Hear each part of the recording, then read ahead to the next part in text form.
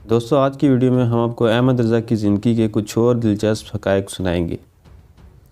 ہم آپ کو بتائیں گے کہ احمد رضا سوتے کتنا تھے اور ان کا سونے کا کون سا خاص انداز تھا، یہ کھانے میں کیا پسند کرتے تھے اور ہر روز کتنا کھاتے تھے، افطاری کیسے کرتے تھے، ان کے شب و روز کیسے گزرتے تھے، جائیداد کی تقسیم کیسے ہوئی اور ان کے اور چچا کے درمیان جائیداد کی تقسیم پر کیا جھگڑے ہوئے، عدالت میں کیوں جانا پڑا، یہی سب موضوعات ہماری ویڈیو کا موضوع ہے۔ چلتے ہیں ویڈیو کی طرف۔ یہی سیریز کی قسط نمبر 3 ہے۔ سونے کا انداز۔ اعلیٰ حضرت کے سونے کا طریقہ علامہ بدر الدین صاحب نے یوں رقم فرمایا۔ آپ کے خادم کا بیان ہے کہ اعلیٰ حضرت 24 گھنٹے میں صرف 1.5-2 گھنٹے آرام فرماتے اور باقی تمام وقت تصنیف اور کتب بینی اور دیگر خدمات دینیہ میں صرف فرماتے اور ہمیشہ بشکل نام محمد سویا کرتے۔ اس طرح کے دونوں ہاتھ ملا کر سر کے نیچے رکھتے اور پاؤں سمیٹ لیتے، جس سے سر میم، کونیاں ہیں، کمر میم، پاؤں دال بن کر گویا نام محمد کا نقشہ بن جاتا۔ علامہ محمد بر نسیم نے اس سلسلے میں یوں وضاحت فرمائی۔ جب آپ آرام فرماتے تو دانی کروٹ اس طرح ہے کہ دونوں ہاتھ ملا کر سر کے نیچے رکھ لیتے اور پائے مبارک سمیٹ لیتے۔ کبھی کبھی خدام ہاتھ پاؤں دبانے بیٹھ جاتے اور عرض کرتے، حضرت دن بھر کام کرتے کرتے تھک گئے ہوں گے، ذرا پائے مبارک دراز فرما لیں تو ہم درد نکال دیں۔ اس کے جواب میں فرماتے کہ پاؤں تو قبر کے اندر پھیلیں گے۔ ایک عرصے تک آپ کے اس طرح آرام فرمانے کا مقصد معلوم نہیں ہوا اور نہ آپ سے پوچھنے کی کوئی ہمت کر سکا۔ آخر کار امام اہل سنت کے اس طرح سونے کا راز اعلیٰ حضرت کے خلیفہ اکبر مولانا حامد رضا خان نے ظاہر فرمایا کہ سوتے وقت یہ فانی اور رسول اپنے جسم کو اس طرح ترکیب دے کر سوتے ہیں کہ لفظ محمد بن جاتا ہے۔ اگر اسی حالت میں پیغام اجل آ جائے تو ذہ نصیب، ورنہ دوسرا فائدہ تو حاصل ہوگا۔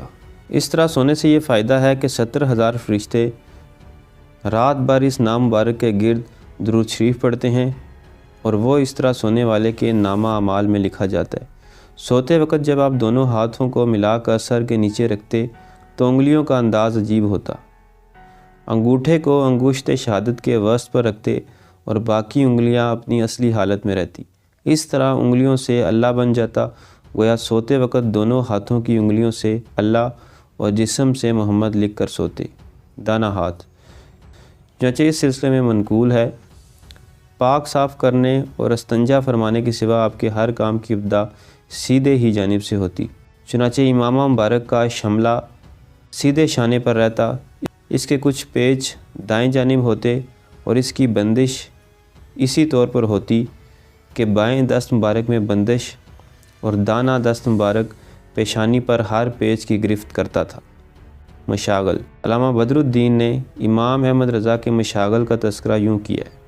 تصنیف و تالیف، کتب بینی، فتویٰ نویسی اور دیگر اشکال کے خیال سے خلوت میں تشریف رکھتے، 5 نمازوں کے وقت مسجد میں حاضری دیتے اور ہمیشہ نماز باجماعت ادا فرمایا کرتے، اور باوجود کہ بے خط خار مزاج تھے مگر کیسی گرمی کیوں نہ ہو ہمیشہ امامہ اور انگرکے کے ساتھ نماز پڑھا کرتے تھے، خصوصاً فرض تو کبھی صرف ٹوپی کے ساتھ ادا نہ کیا۔ غذا۔ اعلیٰ حضرت ایک طرف تو ہمہ وقت تصنیف و تالیف، فتویٰ نویسی اور کتب بینی میں مشغول رہتے اور دوسری طرف کمزور تھے کہ صاحب حیثیت اور رئیس ہونے کے باوجود آپ کی خوراک محض اتنی تھی جو صرف زندہ رہنے کے لیے بمشکل کافی ہو سکے۔ آپ کی غذا نہایت ہی قلیل تھی، 1 پیالی بکری کے گوشت کا شوربہ بغیر مرچ کے اور 1 یا 1.5 بسکٹ، اور وہ بھی روز روز نہیں بلکہ بسا اوقات اس میں بھی ناغہ ہو جاتا تھا۔ علامہ ظفر الدین بخاری نے آپ کی عام غذا کے بارے میں یوں وضاحت فرمائی ہے۔ اعلیٰ حضرت کی غذا روٹی چکی کے پسے ہوئے آٹے کی اور بکری کا قورمہ تھا۔ رمضان المبارک کے مقدس مہینے کی غذا ملاحظہ ہو۔ مولوی محمد حسین صاحب میر کا بیان ہے، اعلیٰ حضرت بعد افطار پان نوش فرماتے، شام کو کھانا کھاتے میں نے کسی دن نہیں دیکھا۔ سحر کو صرف ایک چھوٹے سے پیالے میں فرینی اور 1 پیالی میں چٹنی آیا کرتی، وہ نوش فرمایا کرتے۔ ایک دن میں نے دریافت کیا کہ حضور فرینی اور چٹنی کا کیا جوڑ؟ فرمایا نمک کے ساتھ کھانا شروع کرنا اور نمک ہی پر ختم کرنا سنت ہے، اس لیے چٹنی آتی ہے۔ جائیداد کی تقسیم۔ اعلیٰ حضرت کے بھتیجے مولانا حسنین رضا خان رقم تراز ہیں کہ اعلیٰ حضرت کے اثار کی ایک مثال تقسیم جائیداد کا مسئلہ بھی تھا، جن کی تفصیل مختصر ذکر کر دیتا ہوں۔ اعلیٰ حضرت قبلہ کے والد ماجد نے اپنی دوران علالت علاقے کی تقسیم کا ارادہ کر لیا اور موضوعات کی حقیقت اپنی 2 بیٹیوں کو دے کر باقی تمام موضوعات اعلیٰ حضرت کو لکھے، جبکہ 50-50 روپے ماہوار ان کے دونوں بھائیوں کو ان موضوعات کی آمدنی لکھی۔ وہ دونوں بھائی یعنی مولوی حسن رضا خان اور مولوی رضا علی خان اعلیٰ حضرت سے چھوٹے تھے۔ اعلیٰ حضرت نے اس وقت ان دونوں بھائیوں کی وکالت فرمائی۔ مذکورہ بالا مسودہ جب آپ کے والد ماجد نے آپ کی والدہ ماجدہ کو دیا کہ اعلیٰ حضرت کو دکھائیں تو میں اسے رجسٹری کرا دوں۔ والدہ صاحبہ نے وہ مسودہ اعلیٰ حضرت کو دے دیا۔ آپ دیکھ کر آپ دیدہ ہو گئے اور چہرہ تمتمانے لگا۔ آپ نے فرمایا اس مسودے کی دونوں باتیں ہی مجھے نامنظور ہیں، نہ مجھے اپنے بھائیوں کے حصے منظور ہیں اور نہ ہی ان کو اپنا دست گھر بنانا چاہتا ہوں۔ میری خوشی یہ ہے کہ برابر کے 3 حصے کر دیے جائیں اور ہر ایک کا حصہ اس کے نام لکھ دیا جائے جس کا ہے۔ یہ فرما کے آپ نے اس مسودے کو چاک کر دیا۔ آپ کی والدہ محترمہ نے آپ کا یہ جواب والد محترم تک پہنچایا تو آپ کے والد محترم نے آپ کی والدہ صاحبہ سے فرمایا کہ میں یہ جانتا ہوں کہ اس دنیا میں احمد رضا صرف دین ہی کی خدمت کریں گے اور ان کے یہ دونوں بھائی کچھ دنیا کما کر ان روپوں میں اضافہ کر لیا کریں گے جو ان کے گزارے کے لیے کافی ہوگا۔ جب اعلیٰ حضرت راضی نہ ہوئے تو آپ کے والد ماجد نے دوسرا مسودہ لکھا۔ اس میں کل کی آدھی جائیداد اعلیٰ حضرت قبلہ کو لکھی گئی اور بقیہ آدھی جائیداد میں ان دونوں بھائیوں کو برابر کا شریک کر دیا، اور یہ مسودہ بھی اعلیٰ حضرت کی والدہ ماجدہ کو دیا کہ احمد کو دکھاؤ اور ان سے کہو کہ اب اس میں کوئی ترمیم نہیں ہو سکتی۔ میں تم کو بھی پدری حکم دیتا ہوں کہ تم اسے مان لو تو جلدی ہی رجسٹری ہو جائے۔